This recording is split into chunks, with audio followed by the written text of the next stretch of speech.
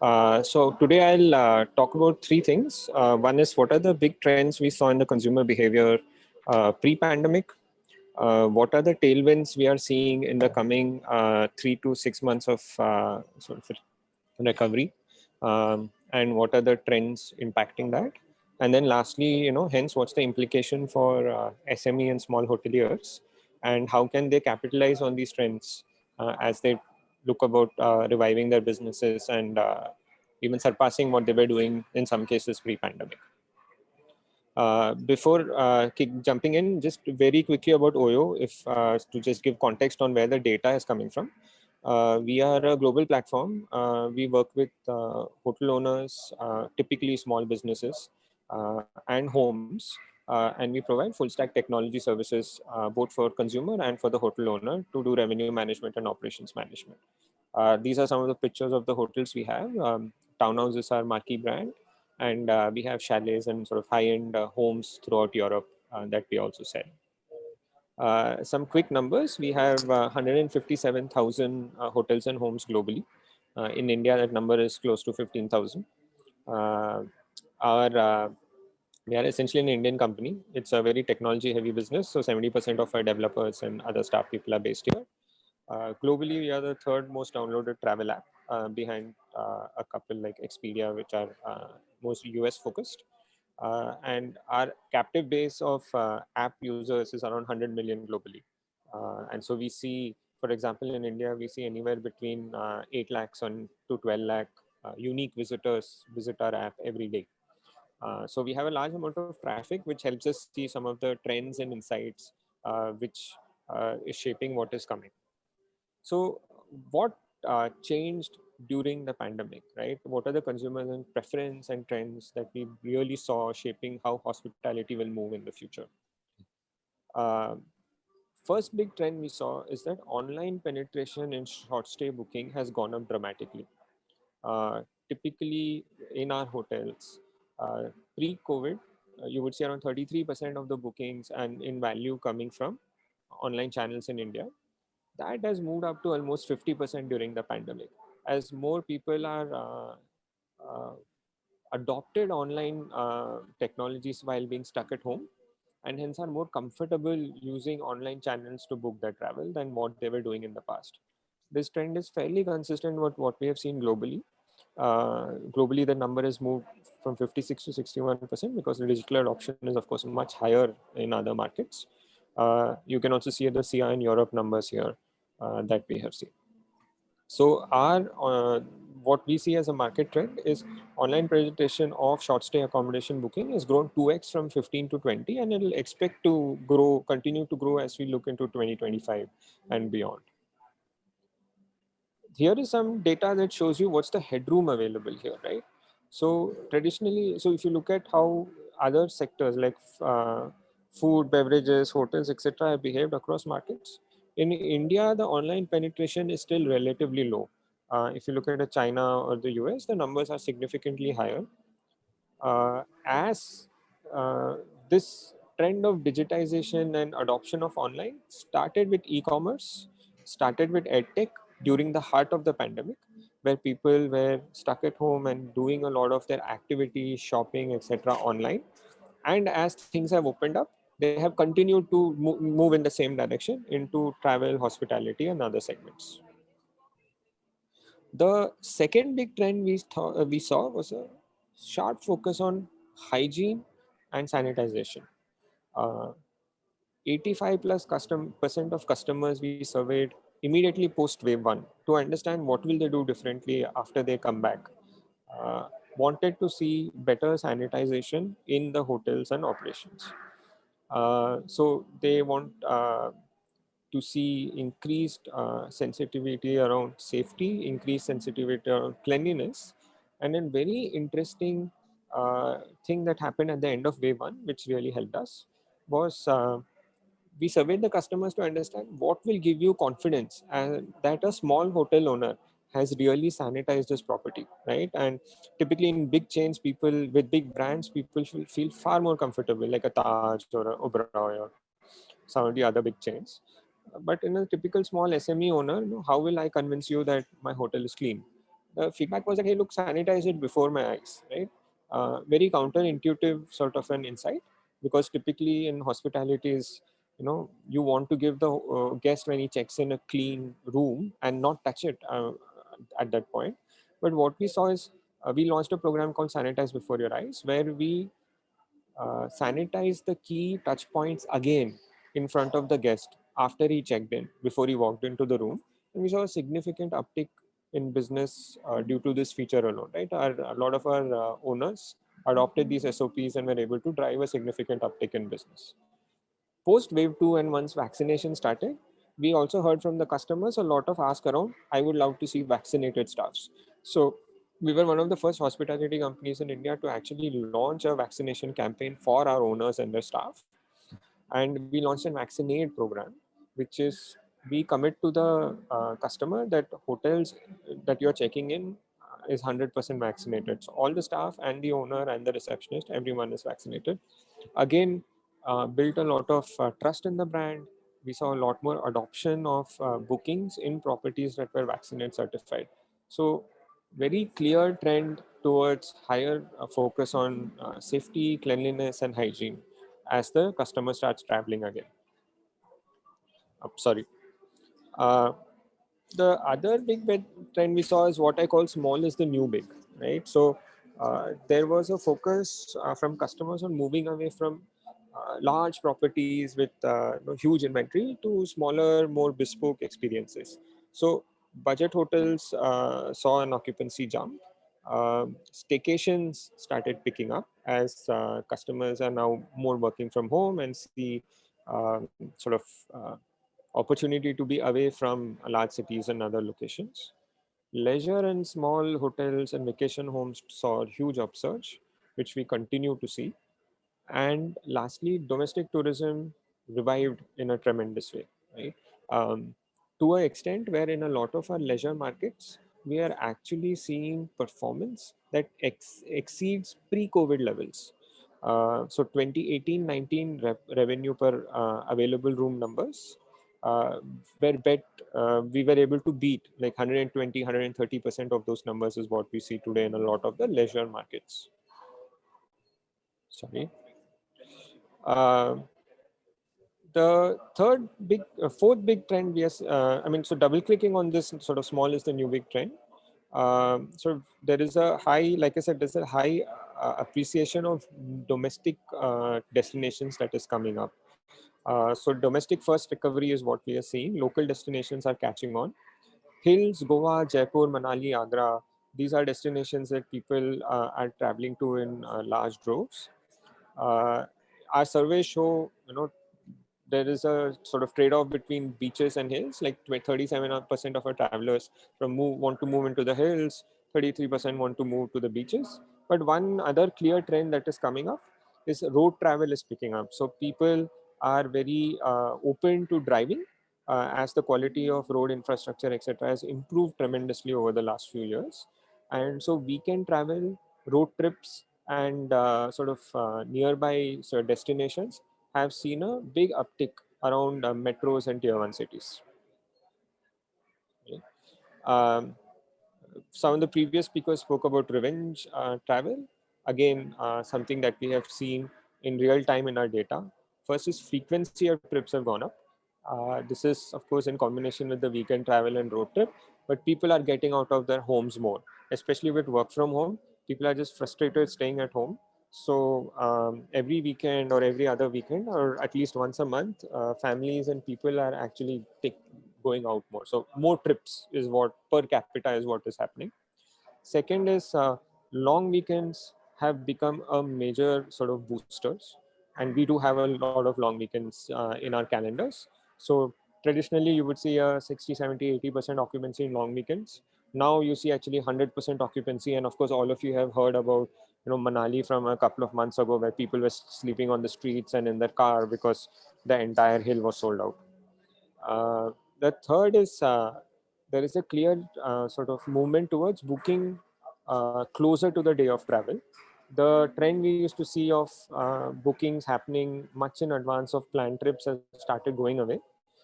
People are booking closer to the day of travel. Of course, given that these are much closer destination and tend to be more shorter trips. The other thing is reason for travel is changing. With work from home, uh, and there is a lot of potential, and a lot of companies have already announced that at least in the near future work from home will continue. So we see almost 40% of the workforce continuing to work from home in some form or the other. So that becomes an impetus for travel as people look at doing vacations. People look at getting out of their houses because they've been cooped up at their home, work from home. So that's become one big driver of travel. uh, Congruent to that, we are seeing second homes, villas, and homestays seeing a rise in preference.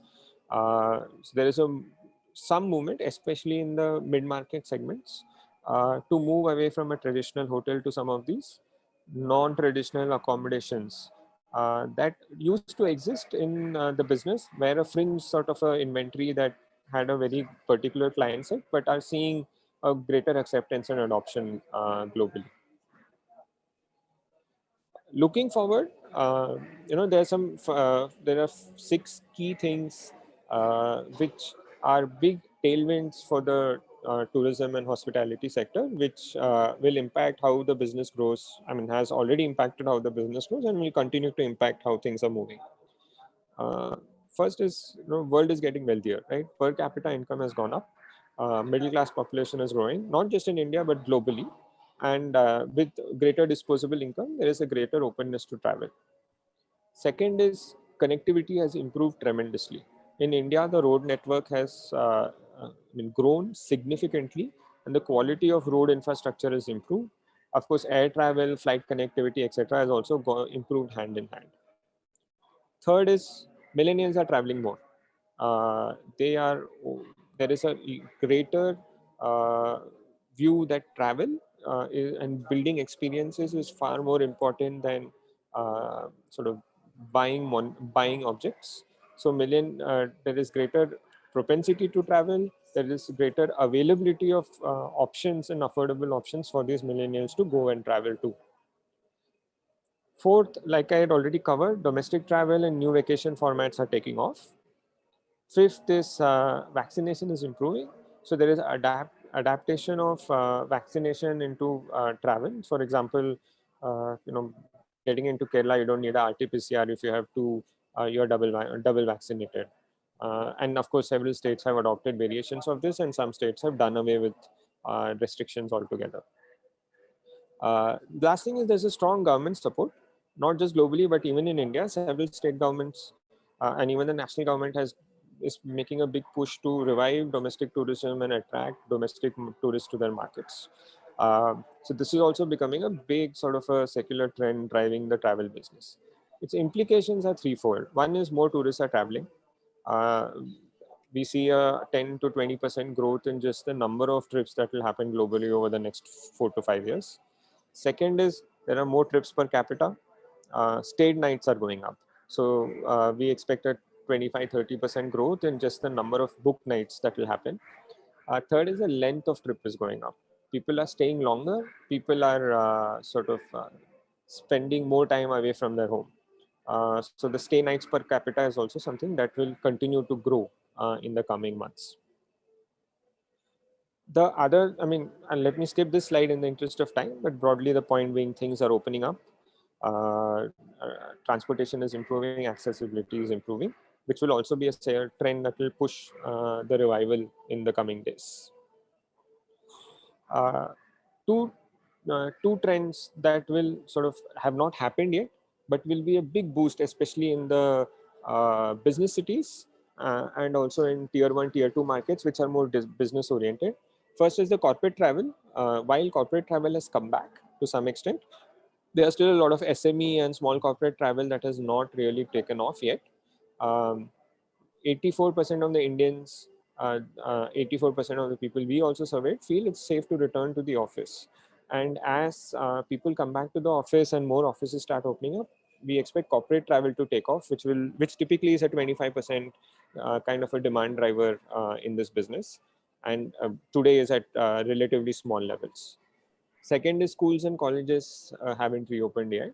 Once especially colleges start opening up, college towns and clusters around colleges will again see a significant improvement in occupancy as the students come back into town. So, given these, I mean, so there are a few things, implications for SME hotels and how they should think about growing their businesses going forward. First is they have to quickly adopt to a digital consumer base.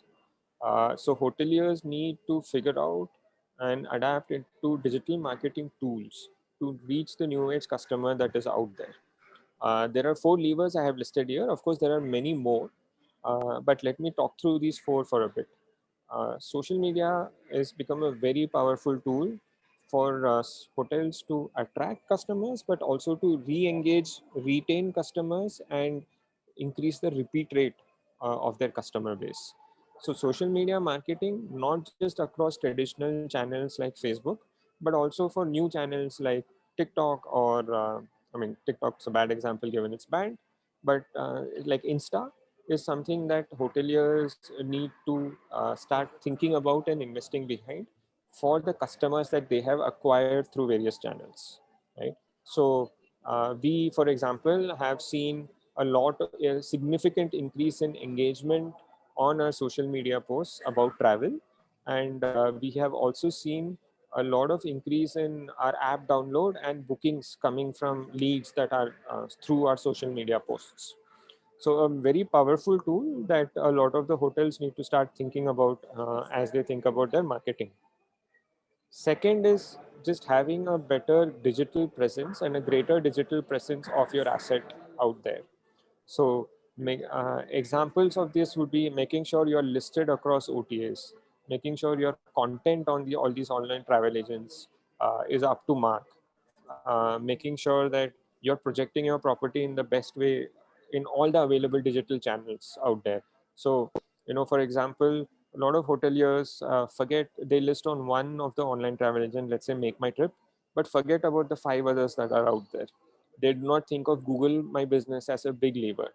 For us, Google My Business is one of the biggest sources of leads of new clients, right? So there's a lot of nuances to having a digital presence, and making sure that you check all the boxes and put your best foot forward there is super crucial. Third is using influencers effectively. Um, you know, Influencers have gained a lot of traction in India over the last 3 years. Um, and you're seeing a lot of digital sort of travel specific influencers out there with huge followerships. So how do you use local area influencers that have a significant presence in your captive cities to ensure that you are reaching out to your potential customers is a big lever for sort of hotels to think about. We have seen several small hotels, especially in leisure destinations, use this lever very effectively to get short-term boost in their new user base, which then they convert into repeat users over time. The fourth lever within digital is CRM and email marketing, right? So I would break this down into 2 big things for SME hotels to think about. One is maintaining a clear and effective database of your customers.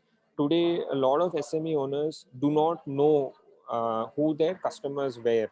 They would know a few of their regular repeat customers, but the average guy who walks into the door for one time, the data is either not gathered or not being used effectively. So thinking about digitizing this data and actually capturing this data in an effective manner is one crucial lever. And then using that data to reactivate customers is a second crucial lever. This could take form of CRM campaigns, marketing campaigns, but also could be, reviews, engagement on sort of launches, engagement on seasonal deals, etc., which will ensure that your cost of acquisition of customer goes down, and you're not paying various online channels to drive demand to your hotel, and you're talking to your customer directly. Here's some examples. I've just put it out there so that people sort of look at what are the kinds of things we have tried. Instagram is, like I said, a sort of very powerful tool for us. We have used it quite effectively. And then, of course, there are the traditional social media channels that the hotels can think about as they market their property to their customer base. CRM campaigns, here I do want to call out that CRM has evolved quite a bit technologically over time. So gone are the days of, simple emails, text heavy. Today you're able to do a lot of CRM using videos, you're able to use pictures very effectively. So leveraging all these to create a catchy campaign to your user base is something that hotels will have to learn and work on. Lastly, variabilizing cost is one sort of thing we have learned over pandemic and something that we need to continue working on, especially the SME owners. Uh, every cost that sits that is not variable today needs to hotel owners need to think about how can they make it a variable cost. This has several subcomponents. Some of it past speakers have touched on. One is lean operations. So we expect the staff per key to start changing has changed, of course, or during the pandemic, but will continue to stay in this efficiency levels going forward. So we don't see a lot of sort of hotel staffing numbers go back to the pre-pandemic level, right? So typically you will see, one staff for 5 keys. During pandemic, we saw, one staff for 7 keys, 10 keys, numbers like that. And as recovery has happened, people have not gone back to the one staff or 5 key kind of a model. They have stayed fairly lean. A driver for that is multitasking and multi-skilling. So owners who were able to successfully variabilize cost have been able to train their staff and upskill the staff so that they move away from specialized roles and are able to do cross-functional work. Classic example is your property manager or your GM becoming also your marketing manager and your sales manager, and so on and so forth. And lastly, taking a very sharp look at the marginal utility of all your costs. So today, if you do 5 things for your customer, is that going to give you the kind of return, or is it something that you're doing as a vanity and is not giving any return, right? I'll give you a classic example. If you look at some of the big chains, like in the mid market segment, like the Park Hotel or some of the other big names, they have moved away from toiletry kits to liquid soaps. It sounds very superficial and small, but has a huge cost saving if you think about the cost incurred over a year per room. Uh, so looking at each of these investments, be it a toiletry kit, be it a extra towel, be it whatever else, and seeing is it bringing the value to the customer that I think it does, versus what is the cost of that giving that service, is something that successful owners have been able to do and should continue doing. So to summarize, I think looking forward, short term, some very interesting trends driving changes in customer behavior, primarily around digitization and primarily around increased ability to travel, willingness to travel, and domestic travel. This is resulting in SME owners thinking about two levers. One is, how do I digitize my business, and how do I use all the digital marketing levers available out there to grow my user base? And second is, how do I keep my sharp eye on my costs so that my cost is variabilized as much as possible, and I am able to maintain my cash position very well. Thank you so much.